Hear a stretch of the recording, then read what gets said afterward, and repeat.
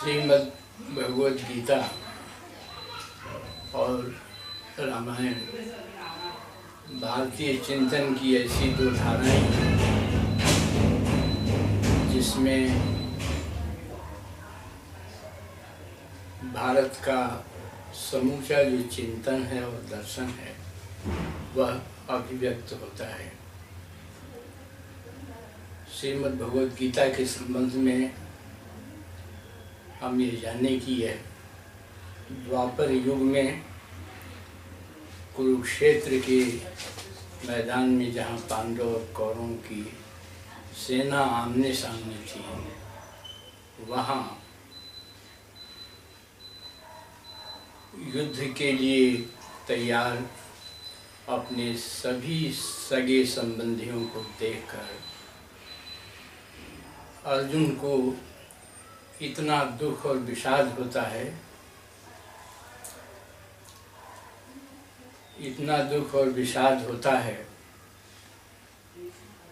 कि वह अपना धनुष बाण छोड़कर और श्री कृष्ण से कहता है कि मैं युद्ध नहीं कर सकता।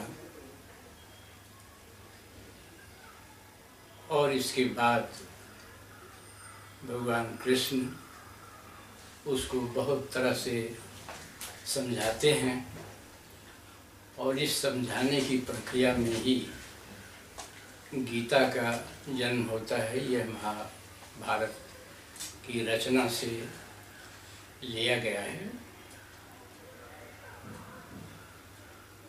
इस माध्यम से श्री कृष्ण ने भारतीय संस्कृति की सभी गहन चिंतन धाराओं के आधार पर उसका निचोड़ दिया है।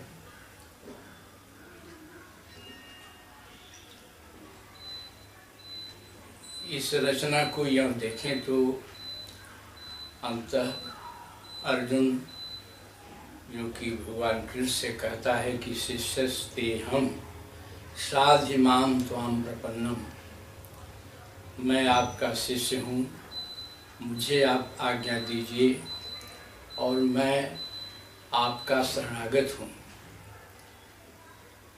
इसके पश्चात कृष्ण का जो संदेश शुरू होता है वह श्रीमद् भगवद गीता 18 अध्यायों में है। इन 18 अध्यायों में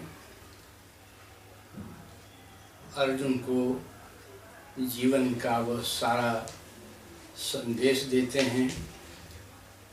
व्यक्ति के जीवन में जितने प्रश्न हो सकते हैं वह सभी प्रश्न वहाँ आते हैं। अर्जुन एक सामान्य व्यक्ति का प्रतीक है और व्यक्ति के जीवन में समस्याएं आती रहती हैं और सभी के समक्ष ऐसी न ऐसी स्थिति कभी आती है कि आदमी दुविधा में रहता है। गीता कर्मयोग, संन्यास योग, सभी चीज़ों के ऊपर अपना मंतव्य व्यक्त करती है। धर्माचार्यों ने इसे अपने अपने ढंग से सभी ने गीता की व्याख्या की है, लेकिन वस्तुतः गीता जीवन का शाश्वत संदेश है। व्यक्ति जीवन में आने वाली समस्याओं का यह निराकरण है। जीवन में हमारी कोई भी ऐसी समस्या नहीं है जिसका कि जिस प्रश्न का उत्तर इस ग्रंथ में न दिया गया हो।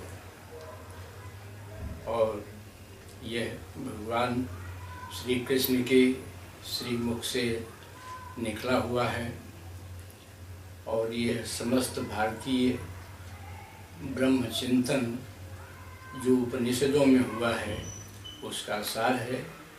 और सभी धर्माचार्यों ने अपने अपने ढंग से इस ग्रंथ की व्याख्या की है। वर्तमान युग में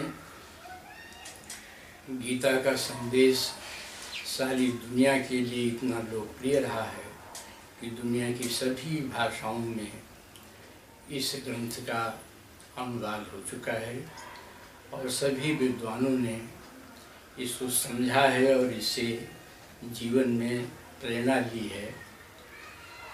यह ग्रंथ किसी संप्रदाय विशेष का नहीं है, बल्कि यह भारतीय चिंतन का, भारतीय जीवन दर्शन का यह निचोड़ है और इसमें जीवन की सारी समस्याओं का समाधान मिलता है और इससे कर्म की प्रेरणा मिलती है। यूँ तो कृष्ण का जीवन वैविध्य से भरा हुआ है, जो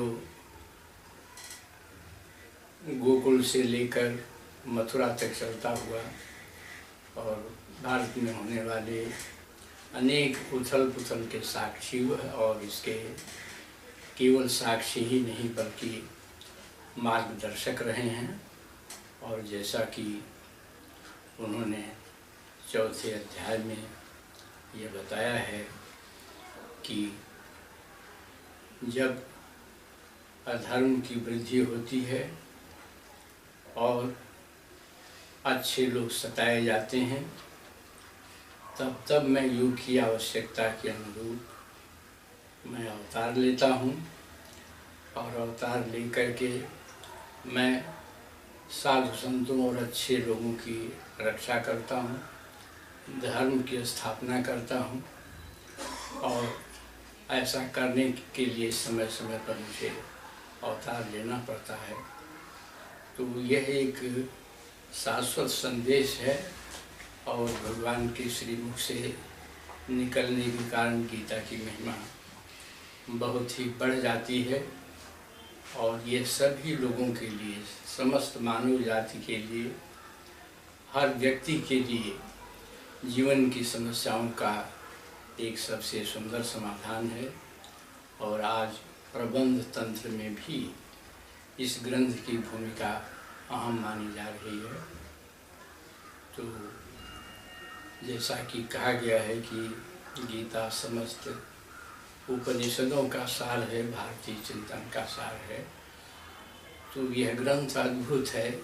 इस देश के सभी आचार्यों को, विद्वानों को यह प्रेरणा देता रहा है और सारी मानव जाति को यह शाश्वत प्रेरणा देता रहेगा।